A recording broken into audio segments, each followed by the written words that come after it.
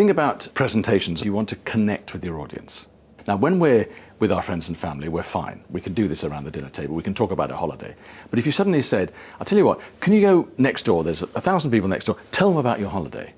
Suddenly it feels like a presentation about the holiday as opposed to a conversation about the holiday.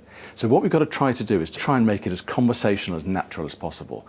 The trick is to make the message very clear and very sharp, but the delivery very conversational. So what we can't have is a soft message delivered too conversationally because it all falls apart. And we can't have a tight message delivered too tightly, because if you have that, it looks over-rehearsed and over-coached. Before people present, they often feel very nervous. And one of the ways to deal with that is to get rid of the fight or flight responses. And the fight or flight response obviously is saying run. You can't run because you've got to give this presentation. So we've got to find a way of getting rid of all that excess adrenaline. There are a couple of things you can do. If you have your hands in prayer position here, you breathe in, and if you push out, and as you push out, you're going to push your hands together. So you're going to go like that. What that does is it releases the upper chest, it frees your voice, but it gets rid of a lot of the tension. One other thing you can do, you know when you see people shaking, it's physically impossible to shake if you clench your buttock muscles. Because what's happening is the fight or flight response is saying, move the big muscle groups, which is the legs and the arms, so you can run. But actually, if you clench them, so if you squeeze your thigh muscles, clench your buttock muscles, it's actually physically impossible to shake. The other thing it does, of course, is it tends to make you more centered.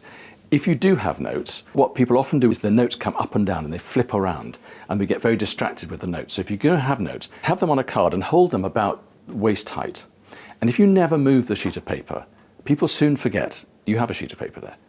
If you're the kind of person that goes, I don't want to have notes, I want to look like I'm being improvisational about it, then the way to do it is in your head is to know where the sections of the talk are. When you finish the section, you take a couple of paces away and do another little section. The fact you've moved will help the audience because they know you've moved on to another section. It tends to stop it all being flat, but it helps you, the fact that you've actually moved. Once you've moved on, don't go back. Save it for Q&A. A lot of people say to me, I've got 20 minutes to speak at this conference. And I said, well, you have a 20-minute slot. It doesn't mean you have to speak for 20 minutes. And if, for example, you find that you've made your point after 16 minutes, sit down and shut up. Nobody at a conference is going to go, oh, I wish you'd gone on it, a bit of extra. So don't feel you have to fill it. And people who feel they have to fill it tend to actually overrun, and the conference is always overrun. Say what you want to say, but time it properly. So if you want to do a word check on your speech, and you're going to stick to a script, 150 words a minute is going to be about right. One of the best voice exercises is before you speak, if you breathe into your hand for a count of 3 and out for a count of 3. And you're going to do that 3 times, that's 18 seconds. And in 18 seconds, you can take 10 beats per minute off your heart rate, so actually you slow yourself down. But when you start speaking, you tend to align yourself with your emotional center, and the gut is the human emotional center. So if you can get the breath aligned with your emotional center, you tend to sound like you mean what you're saying. And if you follow those through, people really do make a difference in terms of how they come across and how they present.